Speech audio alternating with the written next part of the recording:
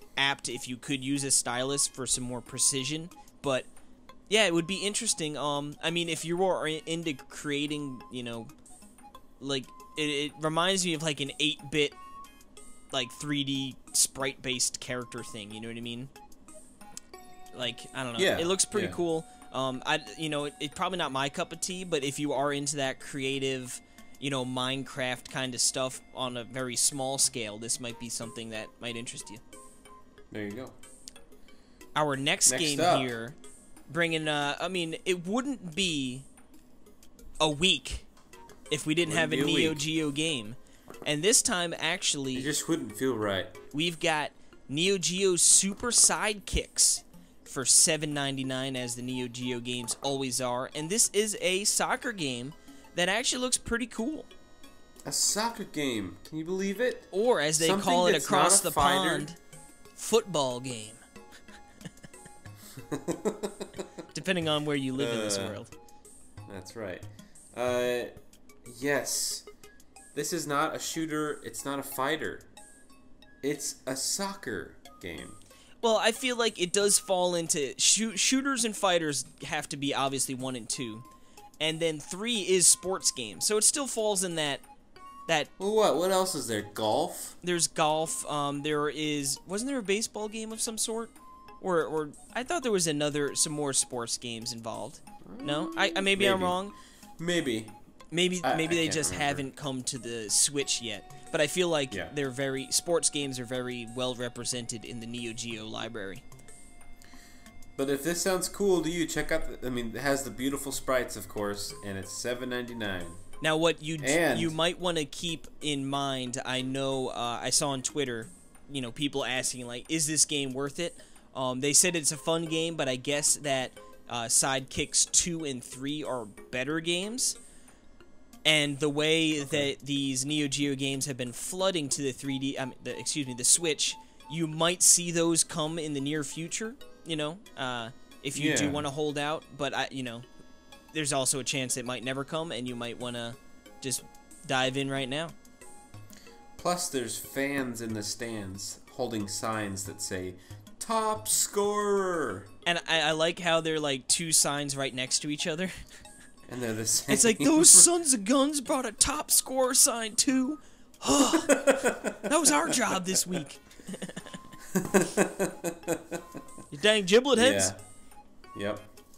But, moving on, we got a game we talked about already on this podcast. What's that, Case? Overcooked Special Edition for $19.99. Now, what makes this the special edition is it includes the DLC from I think there's 2 DLC packs that were released for the original Overcooked, so those are in this game. That's cool. So you get the full, you know, the premium package of Overcooked for $19.99. Man, that's cool.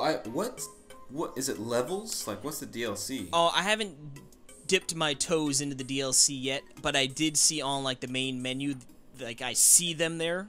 I believe it's just, I mean, I don't want to say I believe it's just, like, I know it's extra levels, so you're going to get more levels, but I would also imagine they probably include some new chefs that you can unlock as well, you know, that kind of thing. Yeah. But I don't know 100%. Okay. Well, we talked about it before, so if that interests you, go for it. I'm definitely... I really think... It's up to 4... Is it up to 4 players? Yes, sir. Up to 4 players. Cool. And honestly, dude, I think you and Jill would have a blast with this game. Yeah. Yeah, for sure. Yeah. Next up, Ultra Hyper Ball for $9.99. And apparently, it's an ultimate hardcore single and multiplayer game of infinite fun. But I could not figure out, like, what it is. I know there's a story mode and there's 5 game styles, and I think that's what I was looking at on the screenshots, because no 2 screenshots looked similar, and I had no clue what Ultra Hyper Ball is. So, Play as anyone Jay, knows- an unlikely hero, battling against the odds to join the Hyper Ball League. Yeah, it doesn't really... Endless fun with friends or alone, Hyper Ball is a sport of the future you It can sounds play cool. today. I mean, it's cool. It has a story mode and it has the multiplayer. So 5 game styles. I'm pretty sure sounds cool. somebody reviewed that for the website, or someone is in the process of reviewing it, and will likely be up by the time this episode posts. Nope, it's already up there right now. You can check it out. Justin Nation. Is? Yep. Oh, that's right. So that's if you are interested, make sure to check out Justin's review. He does some good work.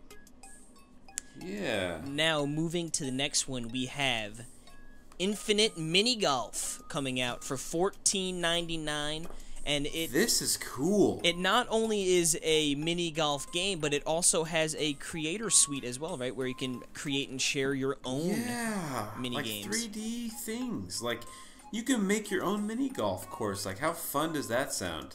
I'm looking at the pictures. The interface looks very Sims-esque. Okay. Which is cool. Like your character selection screen. It's so funny that, like, remember when I played that mini golf game for the 3DS? Yeah. And it was awful? Yeah. I got it brought back bad memories. I'm like, oh, mini golf. Burned on mini golf. But this game actually looks pretty cool. Yeah, I mean, it kind of has like that. I mean, it has no artistic generic feel to it. It's so generic, which is okay. But actually, the environments look pretty good. Like, I'm looking at this one that is Santa's factory, and like you're like on top of this pond playing mini golf, and there's like candy canes and very Christmas town land feel to it, which looks good. But yeah, like the characters like feel like very generic. But See, I mean, how cool would it be if they made like a Mario mini golf, or Baby Mario golf? Baby Mario mini golf, dude. That'd be. Oh, what are they waiting for? What the heck are they waiting for? That's perfect. Let's do it, dude. And you can make your own stages. We'll just make our own. All right. Perfect. Game devs. Yeah, you know what we should do? We should make our own Baby Mario mini golf, and then when Nintendo shuts us down, we could complain about it. And then releases their own. We should make people boycott it. Yeah, we're like, this is baloney. We made Baby Mario first. Yeah, online petition to cancel it. Yeah, they'll have people saying, "Dang Jim Bronies out there." No, actually, other people will be like, "So yeah, we got it wrong." Other people will want to boycott, and they're gonna reach out to us like, "Because we love you, we're gonna boycott Nintendo," and then we're gonna have to be the guys that say, "No, don't boycott Nintendo." Well, that or we could be like, "Yeah, they stole our IP." Okay, well, the last game in the eShop Roundup is Namco Museum. Now, this is $29.99, and I thought this was coming physical. But is it not? I don't know offhand. I sort of figured that it would be. I could have sworn it was. Because that was the big appeal to me, was like, I love that idea of a physical cartridge for Switch with with a big collection of virtual console games, That was like such a cool, appealing idea, because then companies can release it, Like imagine a Konami museum. I mean, Namco Museum has been around forever, They've been doing that for a long time. But like, imagine if other like Capcom released a, has all like 5 Mega Mans and any Capcom, Street Fighter, whatever on it. It'd be cool. So I was kind of hoping it's physical. And it might still be coming physical, but no matter what, I'm looking at a couple message boards, and the general consensus seems that it is digital only, and no physical release in Japan either. So it looks like it's going to be just a digital download, which is a little disappointing. But it's got some really good classics. Pac-Man, Galaga, Splatterhouse, Tower of Draguna. As well as Rolling Thunder, Sky Kid, and Tank Force, and among many more, including Pac-Man Verse. Yes, and I think that has a mobile tie-in or something, right? Weird. Like an app tie-in? No, it's a Switch app. Oh, it's on the Switch app. Okay, awesome. Yeah, Perfect. yeah. So, although a mobile app would be sweet too, but I guess then you wouldn't have a controller. Yeah. Yeah. So you can download a free app to play Pac-Man Versus with other people with one copy of Namco Museum. And you might be able to play other games with it too. I'm not sure. Yeah, I don't know. With that app, I think, yeah, but probably not, because you can just play locally on the Switch, right? You can. Yeah, you should be able to. Yeah. So probably not, but yeah. Anyway, it sounds cool. It interests me a lot. I'm just kind of, I'm in Splatoon 2, so no other games really interest me as much as that right now. I thought you hated Splatoon 2. I do. We'll get into that. Still interests me. We'll get into that in a minute. Yep. But I think that'll do it for the eShop Roundup. Yeehaw. Get on your horses, boys. It's time to go on to the YouTube Saloon. All right, week 2 of our YouTube schedule is going to be live. Listening to this, both will already be out. No, thank you, actually. The first, our mini play Mondays, 10 a.m. Eastern, as always, is my turn. It is my turn for a mini play, and I chose my favorite game of 2016, Paper Mario Color Splash. Yeah. Aqua TV. Wasn't that 2017? Dude, you should do a mini play of that, man. It's just 10 minutes of me sitting in the chair watching. You might be onto something. But yes, we look at Paper Mario Color Splash. I go through and, talk a little bit about the battle system and all that jazz. So it's definitely something that you guys should check out. And then, now, question. Yes. Because I haven't seen it. Do you do any gamepad stuff? Or is it just the... Well, as you can imagine, there's no way to actually capture gamepad footage directly. So I do actually bring up the gamepad close to my face cam, and you do get to see, I sort of show off the process of the battle system. Okay. Because, gotcha. It is sort of a 2-part battle system, and the first part is on the gamepad. So I try to do my best to show you guys what's going on in the gamepad, and I think I do a pretty good job. So, yeah. It's definitely worth checking out. And then why don't you explain what our good old Wednesday release is? Yeah, Wednesday we got our Talk Nintendo Challenge coming up, where me and Case went against each other on a goner run. The rules are most points win, 1 run only. And as you can imagine, this is kind of a scary concept because in goner, if you die early, you dead. Yeah. So that was our idea, and I'm not going to spoil anything, but it ended up being pretty darn amusing. So yeah, look forward to that. Although I guess if it's already posted. Yeah, you could definitely pop over. I will continue to link our YouTube in the description, so you can just pop on right over there nice and easily. And just a little update on Goner aside from the YouTube saloon. I just got a new high score the other day. What are you at now? I'm climbing my way. Let me pull it up real quick, the exact number. I really want, I honestly think I could get the world record in this game. I know I can. I don't know what is the world record. The highest score I saw was 210K. Oh yeah, you could easily do that. And I am at 143K. And honestly, that's nuts. The worst is I get to this point where I'm rolling and I'm like, oh, I can keep on going. I can get because once you get up to a certain point, when you continue your multiplier, you start getting ridiculous numbers. You know what I mean? Killing one guy, you get a lot of points. So it's the best feeling ever. So as long as you keep that going, but I always run into these son of a guns in the second world that they're enemies and you go to hit them, but you can't kill them, and then they just give you a little smile emoji. and you're like, you son of a gun, you've ruined my multiplier. What enemies are you talking about? All right, so in the second world, you know, like the triangle, or not the triangle, excuse me, the rectangle-looking guys? Yeah, the robots. Yeah, so every once in a while, some of them you just can't kill. Like, you will hit them, and they'll just smile at you. And yeah, and you just gotta push on to the next guy and hope there's one close funny, enough. But... Yeah, Aww. Yeah, it's funny until it ruins your dang old score. Yeah.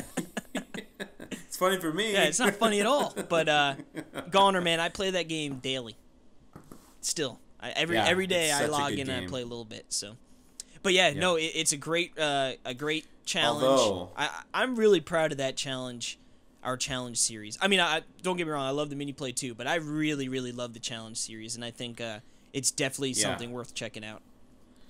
I was gonna say, they need to do a patch for Goner though, because like probably around 5 or 6 times now I've got my game ruined, a really good game, because they spawned me into the environment and I can't get out. Has that happened to you? Yeah, that happened one time when I had at my old high score was 114,000, and I was at like 125, and that happened. I was like, but isn't that awful? Like, well, it really is. I mean, it was one of those games I knew I wasn't going to get to 200k anyway, so I was like, whatever. Like, I know I can redo this score, but it is a little disappointing. Actually, though, like, that's definitely happened to me quite a few times, but recently, like the last week, it hasn't happened to me at all. So I don't think they patched anything. It's probably just a string of good luck, but luckily I haven't had that issue. Right. But yeah, definitely something worth noting, that it is a not perfect game. All right, well, thank you for stopping in at the YouTube Saloon. Yo, Saloon. Pass me a beer. And now, it's time to jump over to the old... News Talk with Casey Gibson. Alright, now this is going to be a light week, partly due,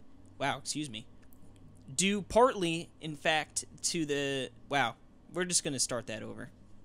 Alright. That was terrible. Partly due, isn't it? Alrighty, now, I want to preface this section with a little thing that we are recording this on Saturday, not our normal Tuesday, so any news that happens on, Monday or Tuesday, we won't be covering, obviously. And since we recorded last week a little late too, it's going to be a smaller section, but we do have some good news in here that we could talk about. We've got some release dates that came out, and there are 2 games coming out this upcoming week, the day of this podcast's release as well. So the first is Slime Son, which will be released, as I said, on this Thursday, the 3rd of August. And this is a game we both got to check out at PAX, and a game we're both pretty darn excited about. I know I am. Yeah. It is a little 2D platformer where you're a little slime, and it's just like really fun. You could bypass through certain walls, and like by pressing a button, and it's just like it's pretty simplistic, at least from what we've played in concept, but it feels really, really good. Yeah. And are you doing the review for that? Yes, I will. Nice. I don't have the code yet, but hopefully it's upcoming. Like a Super Meat Boy. Yeah, it's like the art direction. It's simple but really effective. I don't know. It's a very charming package. Yeah, cool. So yeah, August 3rd, and next up we have Retro City Rampage Deluxe or DX. Is that stand for deluxe? I think it might, but Director's Cut. But like, Cut. I don't think they've ever called it deluxe. I think it's DX, but I do think that DX stands for deluxe, right? Or Director's Cut. Yeah. But yes. Anyway, that also comes out August 3rd. So the same day. Wow. Those are 2 nice games. Sounds like the eShop Roundup next week's rounding up to be another good one. Another big boy. Yeah. And apparently Street Fighter Capcom. So this is the next. I'm going to the next. He's jumping ship section. I'm jumping ship. Apparently the Capcom Capcom Street Fighter 2 sold 450,000 copies on Switch. What was that called? Street Fighter 2 Ultimate Fighter Edition Deluxe 894279er. I don't know. I They don't actually know. They duped 450,000 people to pay $40. Yeah, that's a lot of. I'm just kidding. It's a lot of cabbage. No, you know what? That was a game. I mean, as we've discussed before, I'm not a huge 2D fighting game man, but that would have been a game I could have been interested in at a $20 price point. But 40, no sir. But apparently, Yeah. And now that ARMS is here, it's just like apparently it didn't stop almost 500,000 people. So yeah, my goodness, I'm happy about that. yes, Because I want them to release other games. and apparently they have mentioned that more ports will be coming. Due to the success of Street Fighter. So that is some good news, I'd say. Hopefully we can, please, just give me some Resident Evil loving on the Switch. I don't even care if it's a port of Resident Evil 4 or, a port of the Revelations. Yeah, or the port of remake for GameCube. Oh, Revelations 2, dude. Yeah. Dude, that would be cool if it came. I would buy and play that, but give me 7. I want 7 on the Switch, for Pete's sake. I will buy it again. I will buy it twice if you put it on the Switch. Please, Capcom. Why, though? Because Why? I love Resident Evil, and I will support Resident Evil on a Nintendo console, and I would replay 7 again, no doubt. Okay, gotcha. Please. Please! But would you want to play that handheld? I'm just wondering. I mean, I'd probably play it mostly docked, but, I would I think handheld would work well. The only reason I wouldn't play it handheld is because where I'd play it handheld would be in my car in the middle of the day, and that game sort of, bodes itself well to playing in dark and sort of a creepy atmosphere, But no, I would hands down buy and play Resident Evil 7 again. Such a good game. Nice. Yeah. Why don't you take this? Beautiful Joe. Why don't you take this next little bit, and I'll get the last one. You got it. So this is just a little thing, but Minecraft got an update, and this is pretty cool. And you don't hear about this too often, but they boosted the docked resolution, so it used to be at 720p on Switch, and now when you dock it, it's at 1080. That's awesome, man. Yeah, I think that's insane. So, yeah, I just think that's really cool. And plus, there's some new skins and a free glide track and fixed bugs too. But I just thought that was really cool that they could do that, and that they're putting support on Switch for that. And I know that that's kind of like there's going to be a huge oncoming onslaught of support with the whole Realms thing. So not that I doubted that, but it's just really cool to see, because I know that I haven't seen. I'd love to know what the Switch numbers are for Minecraft. I bet you they're pretty good. Yeah, I think so too. It kind of came out in a weird time.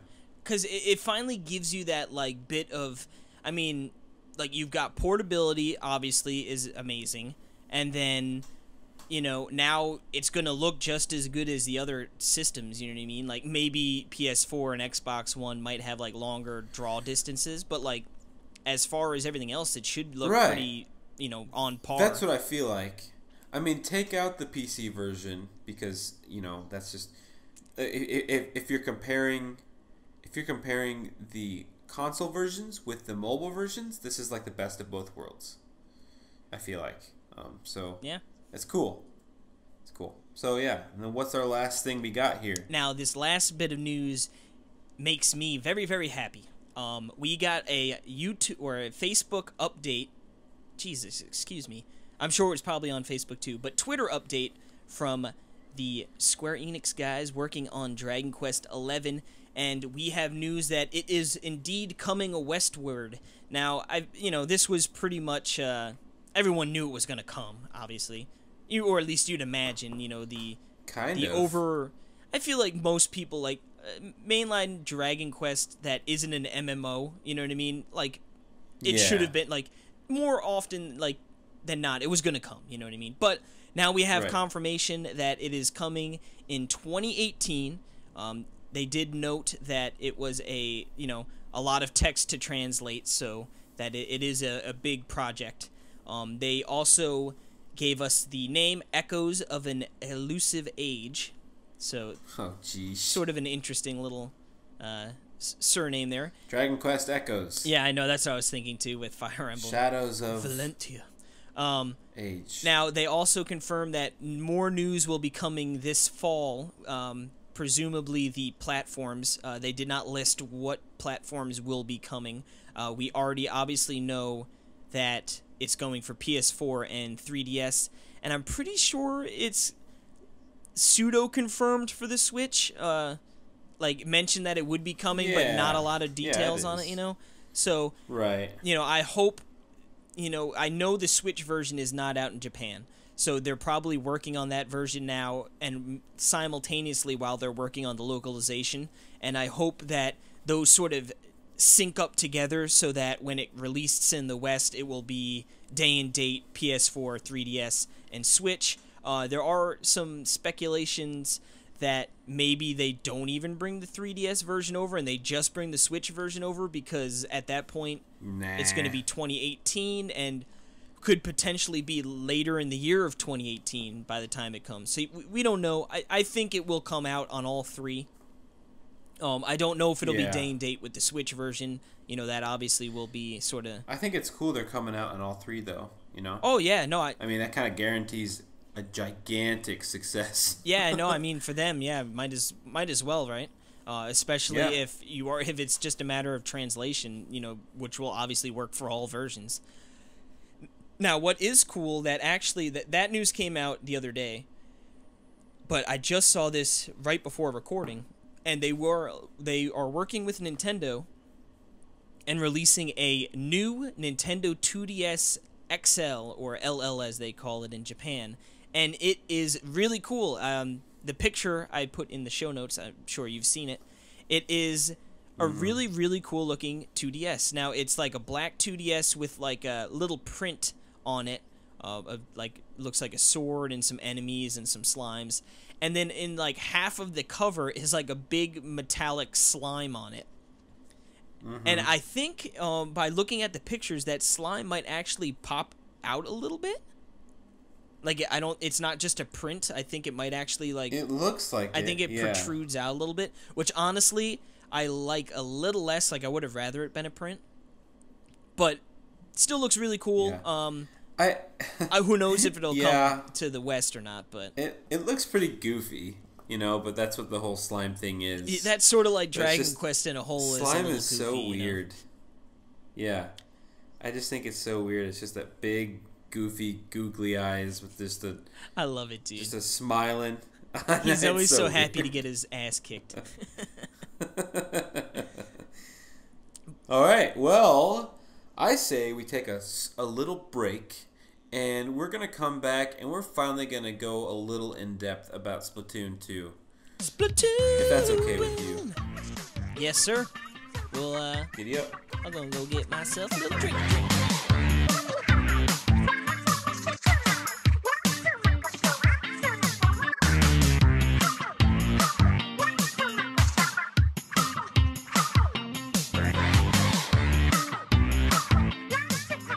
Alrighty, and we are back for our featured topic of the show, and that is Splatoon 2, as I'm sure many of you are playing out there.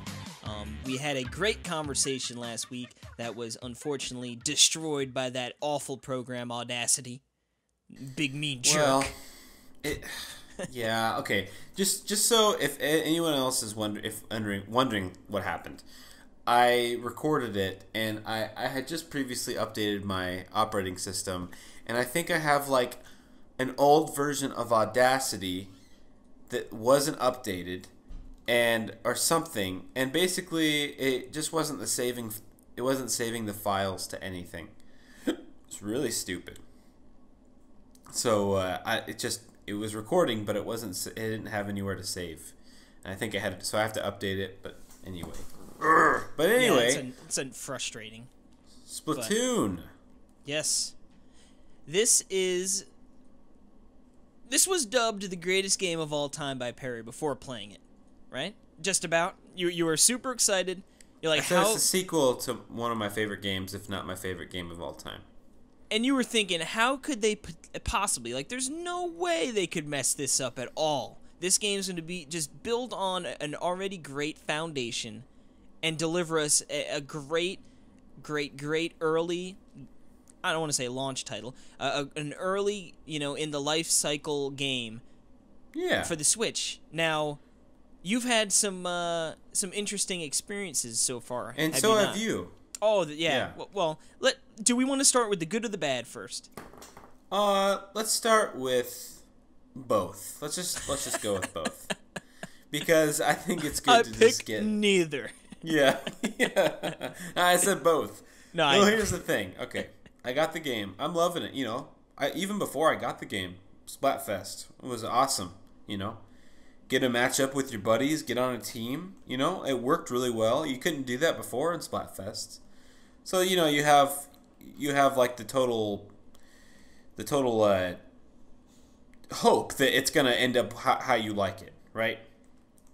Yeah, and by all, early indications, you're looking at, like you said, oh, we could join together in Splatfest. Like, this is, they looked at what was maybe not necessarily wrong, but like what was inconvenient with Splatoon 1, and they've changed things, like that. I feel like that gives you pretty good promise. Like, okay, like this looks like it's going in the right direction. Exactly. And that's exactly what I thought was going to happen. And I get it. And yeah, the first days are fine. I know that just like the first game, you have to get to level 10, right? So in lame mode, what I like to call it, in Turf War, it's not lame. It's half the game. It's just kind of boring. It's just is. It's a very casual play style. Yeah, it totally which is. There's nothing wrong with that. And to be honest with you, I don't mind sprinkling in one every once in a while. Like, oh, this is fun. But when you need to play totally however many hours endless to get to level 10, it's like, ugh. Yeah. Exactly. So I was fine with that, right? But finally, we had Aaron, you were playing too, and finally I had everyone together, and it's like, oh, like we're playing together in that mode. I can't wait to play together. We unlock ranked mode. And then you can't play ranked mode together. No, sir. Oh my goodness. And you found this out. I couldn't believe it. And you found this out on that day that you were just, like, everything that was going wrong, that could go wrong was going wrong. Yeah. So I feel like it hit you extra worse, like, oh man. It was so bad. And so that was even that was like, okay, so what happened was when we got the when I got to the ranked mode and I saw that I couldn't play with friends and that you have to get to a B-, I was like, this is ridiculous. Okay, I'll do it. But I'm not happy about it. And then I find out in ranked mode that you can't even switch your weapons. They went backwards. You can't even switch your weapons in this mode. Isn't that insane? So the previous Splatoon, you cannot switch your weapons in Turf War, but you can in ranked mode. And I never played Turf War, so I didn't care. It's just so weird. Like in Turf War, you can't even play on a team together. You have to play like in a party group setting. It's just weird. Like you can't be on a team. It's just like there's these weird rules they have for each mode. But ranked was fine. Ranked worked really well, and that was the only mode I played, so I didn't care. Yeah. And so, but yeah, I get to ranked mode here, and boom, I have to get up from C- to B-, and I have to, and I can't just swap out my weapons to learn them. So you compound this all together, and you play on crappy teams, and it just makes the losses feel like you just want to kill yourself. You just want to. It's just worse. It does. It's so bad because it's like, and I was just like screaming, like, I'm gonna kill someone. You know, it's just so annoying because it's like, I'm just trying to be able to play with my friends. I'm not even trying. I mean, like, I don't even care about rank, you know? Like, sure, you know, I'd want to boost it up when I get the chance, but it's like, I don't care. I just want to play with Casey and Aaron. This shouldn't be hard. So there's a whole separate mode, League mode, and in that mode, which I got to play yesterday, you don't have a rank. Oh, really? You know that? Yeah, it's weird. It's Does it really just go weird how it off works. wins and losses, I guess? It's so weird. It's like you play it resets every time you play. Interesting. So let's say we get together, and we'll talk about League mode after. So anyway, ranked mode, turf war, and then ranked mode. Such bullcrap. I can't believe it. It made me hate like the first. I mean, the gameplay's fun, but then on top of that, they took out They took out my favorite weapon, the Seeker. It's kind of been replaced a little, I guess, by the curly bomb, but I don't like that at all compared. Yeah. I mean, it's cool, but it's just like, I hope they bring it back in the DLC. But I finally got to, you know, I steamrolled on a tower control, you know, and that's the thing, because let's say, like, I'm going and I'm on a C, let's say, like, I'm on a C rank, and I'm almost a C plus, and then the time changes, and now I'm in a different mode, and now I'm back to C minus. Like, dang it, Insult Bobby. to injury, man. I know, it's just awful. It's just really stupid. Like, you have to admit, it's really dumb, and I think it's the dumbest thing Nintendo's ever done. They could do with one of the best games they've ever made. They make it really hard to play with your friends, even though it's a multiplayer game. It's just insane. Yeah, I mean, It's dumb and stupid. my experience was pretty much the complete opposite. So, obviously, you know, I got up to level 10 playing Turf War, as you do. I was actually, I think, playing with Justin when we actually when I actually hit level 10. He was already past level 10 and still playing Turf War. What a gym. No, just kidding. No, Totally. he actually hadn't played Splatoon on Wii U, so I think he was still digging Turf War. And I was like, hey man, let's play some ranked mode. You know, like, I just hit level 10. You know, ranked mode's so much fun, and if you haven't really played it, like, you're gonna be in for a surprise of how awesome it is. So I was like, oh, that's weird. There's no, like, option to join together. And then I was like, well, maybe I'll join, and then you can do the, you know, how you can see what your friends are playing and join via that way. And he was like, no, it can't. And I was like, well, that's weird. But then I was like, well, I'm gonna keep playing some ranked modes. Like, we'll play later. Like, get out of here. No, so I like, so yeah, like, you gym? No, I'm just. But so essentially, I get into ranked mode, and we're playing. It's Rainmaker, which it's so funny. Rainmaker was my least favorite mode in Splatoon 2. I mean Splatoon 1, as far as ranked modes go.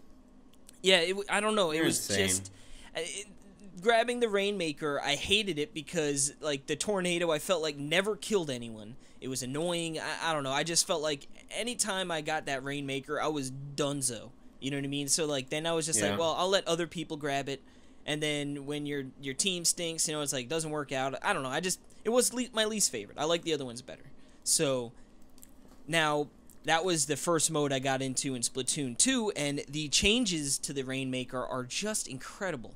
Instead of like a tornado that just shot forward, now it's you charge a little bit and shoot out like an arcing, like, explosive that it doesn't blow up on contact. It, like, waits a second or two, and you can sort of see the dome of the radius it's going to hit in, and then it blows up, and, oh, it's just so much fun. The mode, I don't know, maybe I just didn't give Rainmaker much of a chance in Splatoon 1, but in Splatoon 2, I'm loving it. So I get in there, and like you said, I'm like, all right, we need to get to league match to be able to do this thing. So I need to get to a B minus, and I'm like, all right, whatever. Like, let's play some games. I played 5 matches. We won every single one, and I was just playing lights out, dude. It was incredible. I don't know. I was like, woohoo, kicking butt, and I went straight to a B minus in a matter of like a half hour. I'm like, what's Perry complaining about? This is easy.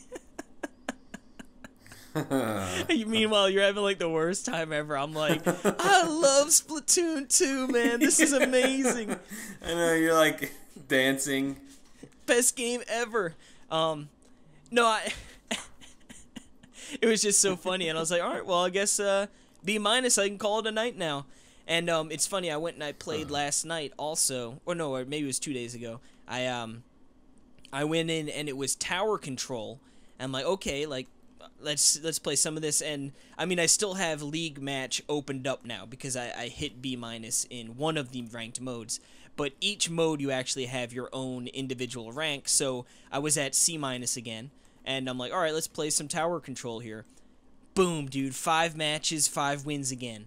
B minus. I'm like, what is Perry talking about, man? Like, what a complainer. This is easy talk when you're good. No, it's so funny. I'm just sort of thinking to myself, I'm like, I don't know if it's because, like, I'm playing with B, you know what I mean, C minuses, and I'm just better than that, or, like, what it is, but I've been kicking butt in Splatoon 2, dude.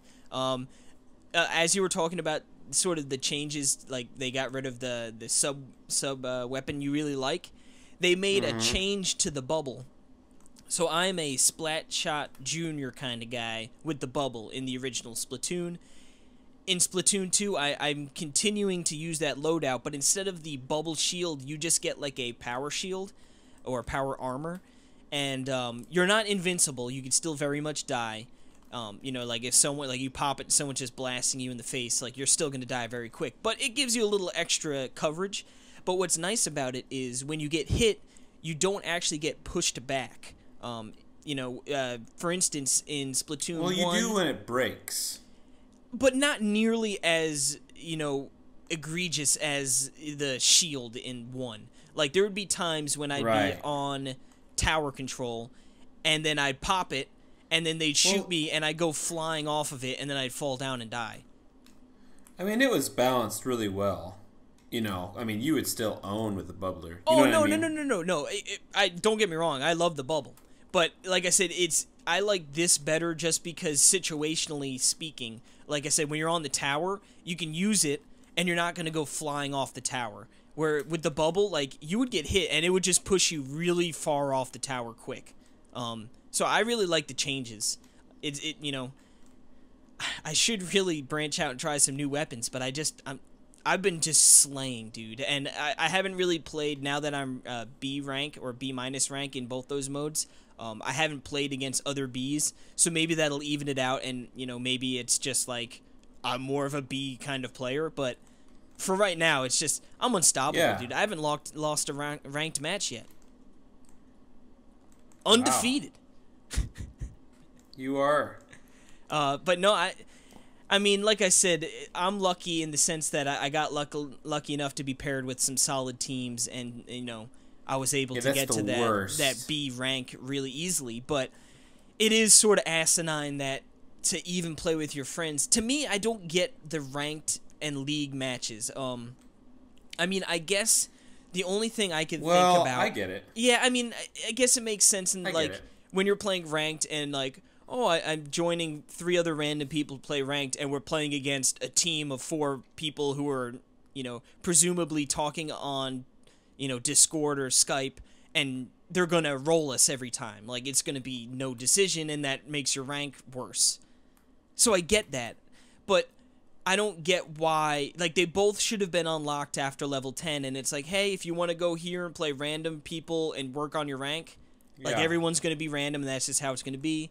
And if you want to play with your friends, you're going to go here and you're going to play against people who are also playing with friends, you know? Exactly. I don't understand why they decided to be like, well, you need to play some ranked before you can get into league matches. Yeah, I don't know. It's so dumb. And it makes it even more frustrating is the fact that when you look at ARMS online play and you're just like, bravo, Nintendo, you nailed it. Like the party rooms, like it is so fluid to like have people. Oh, you got 2 people left. 2 more people came in, and there was no waiting. I just continued to play my game as I normally would. You know, like there was them leaving and a couple people entering did not affect my gameplay at all. Yeah. And then you go here, and it's like, well, Mario Kart works well too, and you got to jump through 45 hoops to be able to play with your friends. And not even fun hoops like ARMS. Yeah. I mean, like I said, the rank modes are still fun. You know what I mean? Like, they're amazing. It's just frustrating when it's like, I'm just saying hoops, as in like. Oh, hoops. Gotcha. But it went right over my head. Yeah. There you go.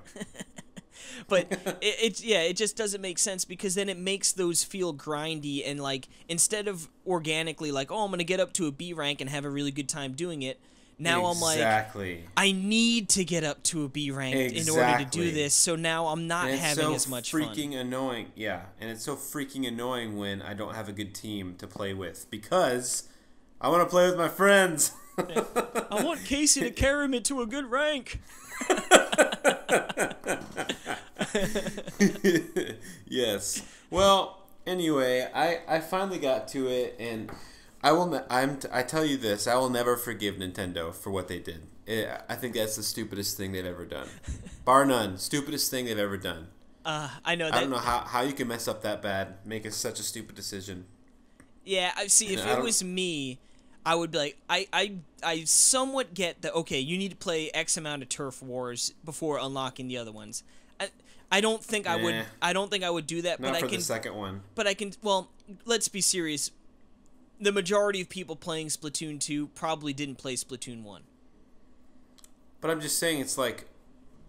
Yeah, what guess. I would have done would be like, you need to get to rank 5, which would be like, you need to play like an hour or 2 of Turf War. You know what I mean? Get familiar with it. Get familiar with some of the maps. Okay, you're good. Now you've unlocked ranked and league play if they wanted to keep that, separate, you know what I mean, kind of thing.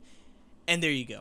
Instead of, like, honestly, level 10, that's a pretty decent amount of time you got to put in before you can even unlock the ranked modes. Like, that's a couple hours. I don't know how many offhand, how many hours I played of it. But, I'd imagine north of 5-6 hours to get to level 10. Right? Yeah, something like that. Maybe close, maybe around that. But that's still a lot of time before unlocking that, and then, and then that's not even, we haven't even touched on the whole salmon run being time sensitive, which is, I don't get that either. I guess by limiting it, you're ensuring that a lot of people will be playing it when it is active. So, you know what I mean? You won't ever have a problem joining with people. But the mode is so much fun, I don't think that would have ever been a problem anyway. Right. It's so weird. Yeah. I like that it seems like they've been doing 12 and 24-hour blocks, right? They're like, the 24-hour one makes more sense because at least like on a given day anyone could play. Because I think one of the blocks was like 2 a.m. to 2 p.m. It's like the stupidest. And like, I guess for Japan that probably works time-wise better because maybe that's more like 2 in the afternoon to 2 in the morning. So it's like, okay, I get that. They get to play when they get home from work or school and can play up until pretty late in the evening. But for us, it's like, well, I'm usually in bed or going to bed around 2 a.m. and then I sleep and go to work, and then, you know what I mean? Like, it's silly times. Mm-hmm. Now, like, does this really bother you a lot at all, or is it more like you can, whatever? No, it totally bothers me. It's really stupid because it's even on the cover, like, of the game. Like your reversible cover has the salmon run. I sure do. Yep, like that. I've got that one like, reversed. Yeah, and it's just like you can't even play it online. It's so dumb. Yes, I guess it it does make this, okay, it's Salmon Run time, yay, like Splatfest, like it's an event. Like, let's go do it. Like, sure. But it's still really, really stupid. Yeah, another bad thing. I got to play last night, and it was fun. Yeah, we should talk about Salmon Run. It's so dang fun. Yeah, Salmon Run is an amazing new mode, and that's what is so puzzling. Like, you have this brand new mode that everyone loves. Like, I don't think I've seen anywhere where someone has been like, you know what, like, Salmon Run sort of sucks, you know? Like, that has not been at all the, you know what I mean? Like, the talk has been how amazingly fun it is. Yeah, it's in a really fun horde mode, so it's like, why would you want to limit your brand new mode to certain times? I don't know. Like, I'm looking at the schedule today. Like, today is the 29th. We're recording this. And, yeah, so from yesterday 8 p.m. until 8 p.m. tonight, it is live. But, like, so you're telling me on a Saturday night, you're going to cut it off at 8 p.m.? Why? That's nuts. That's crazy. That is prime time. Sure, you got prime time last night from 8, all night. That's great. But why? Like, I just don't get it. You know what I mean? Like, it's just a head scratcher. And, like, who knows?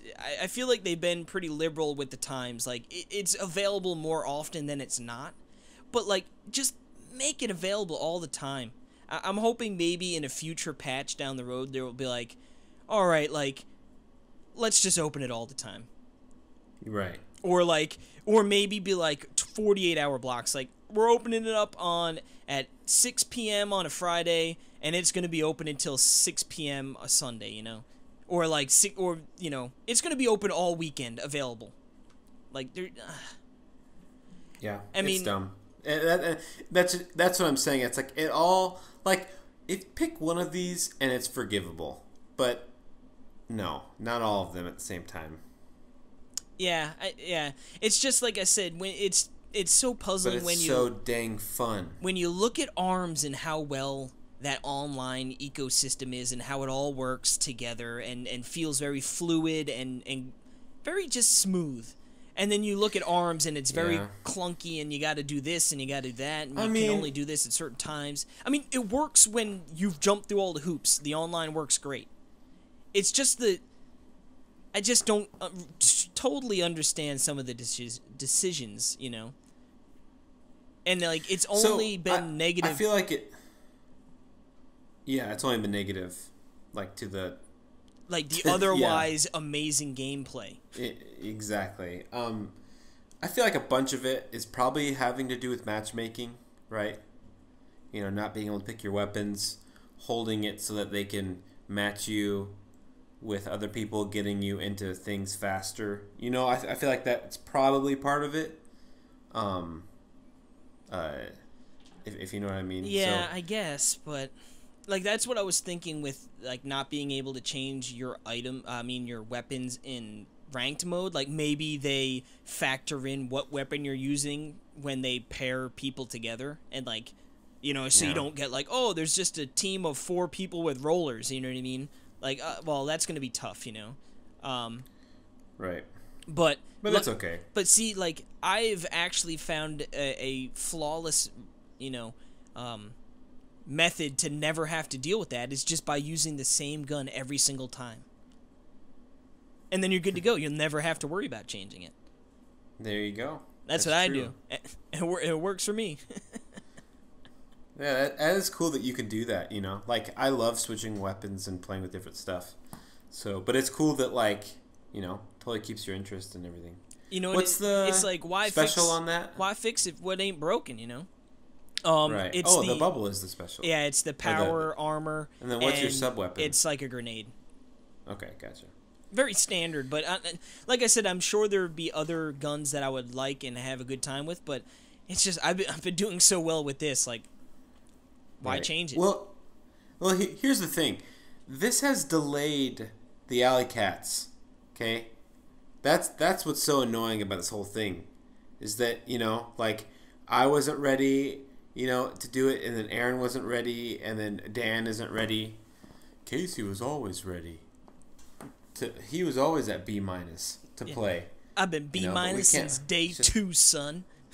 Yeah.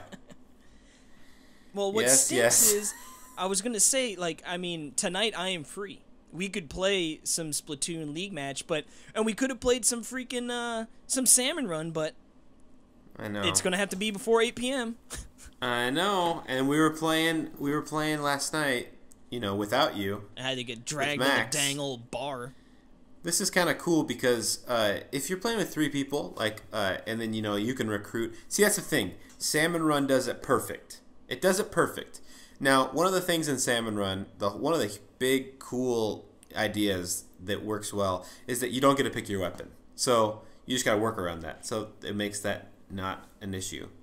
Because if you could pick your weapon, it would be so overpowered. I mean, yeah, you would have to really...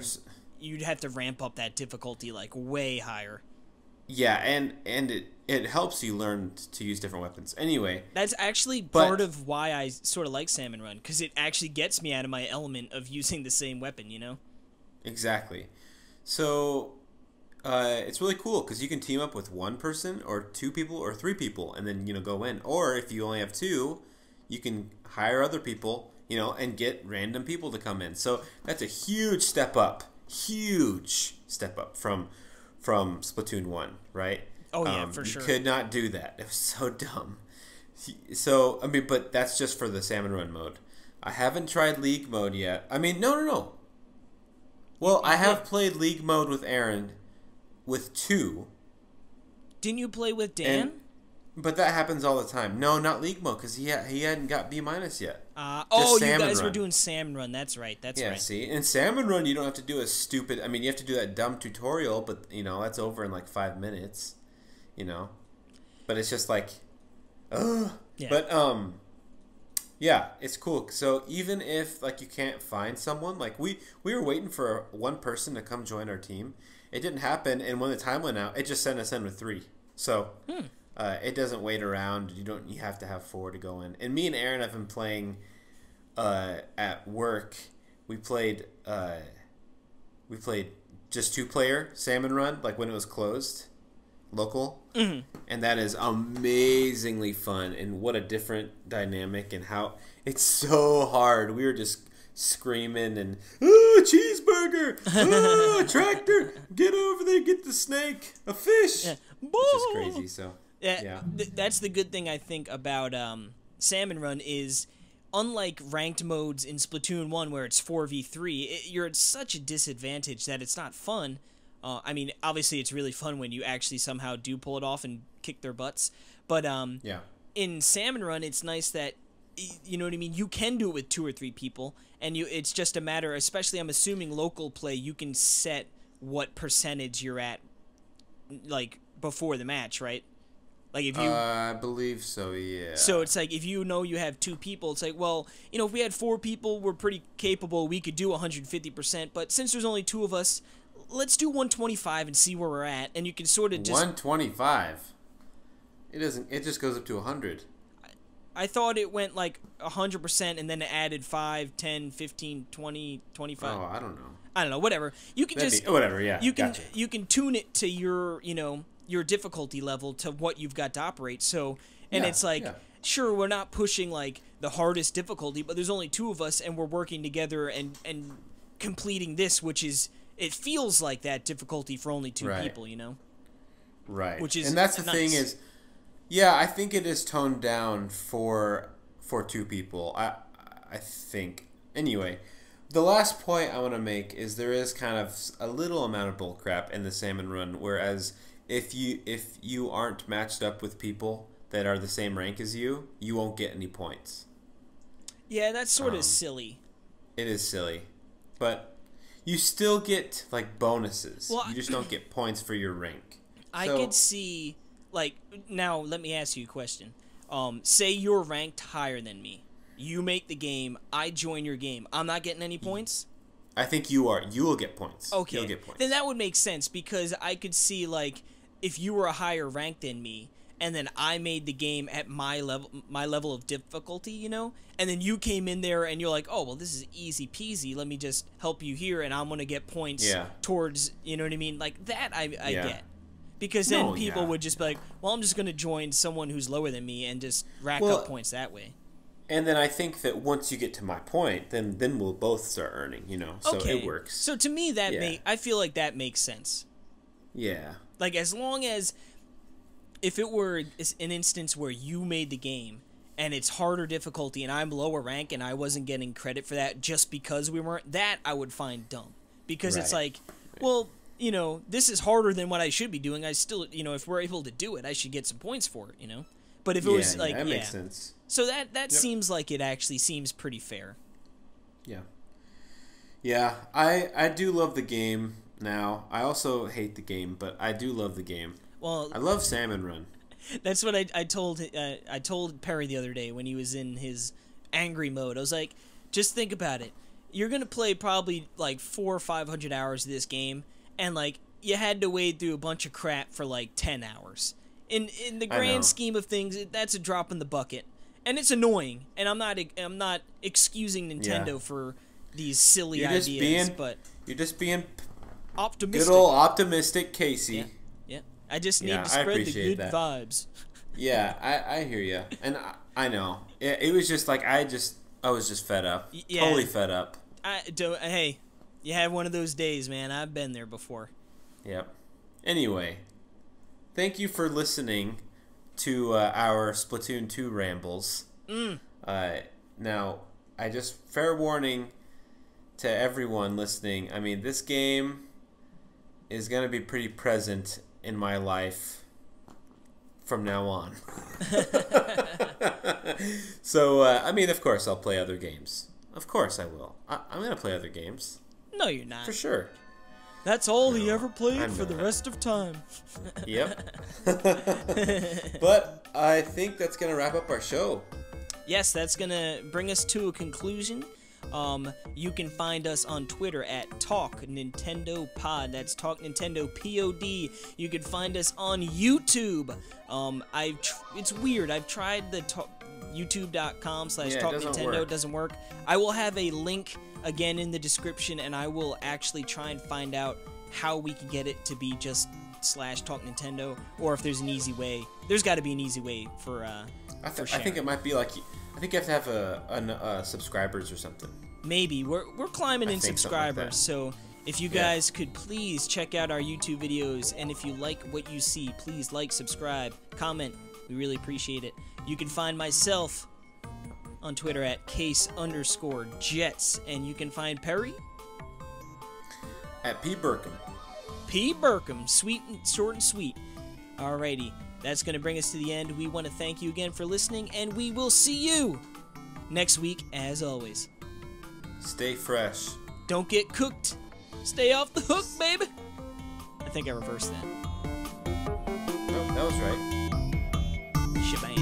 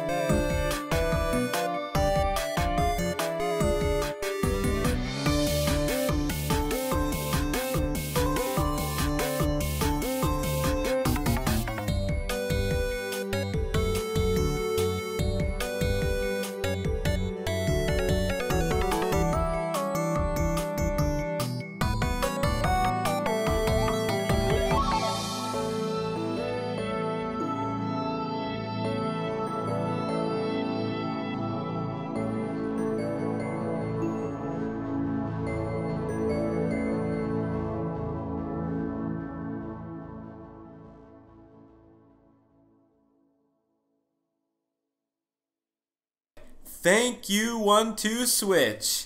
And I figured out, I am a pro, and I figured out that there is 3 donut holes rolling around in the box. Yeah. What is this, Ratatouille?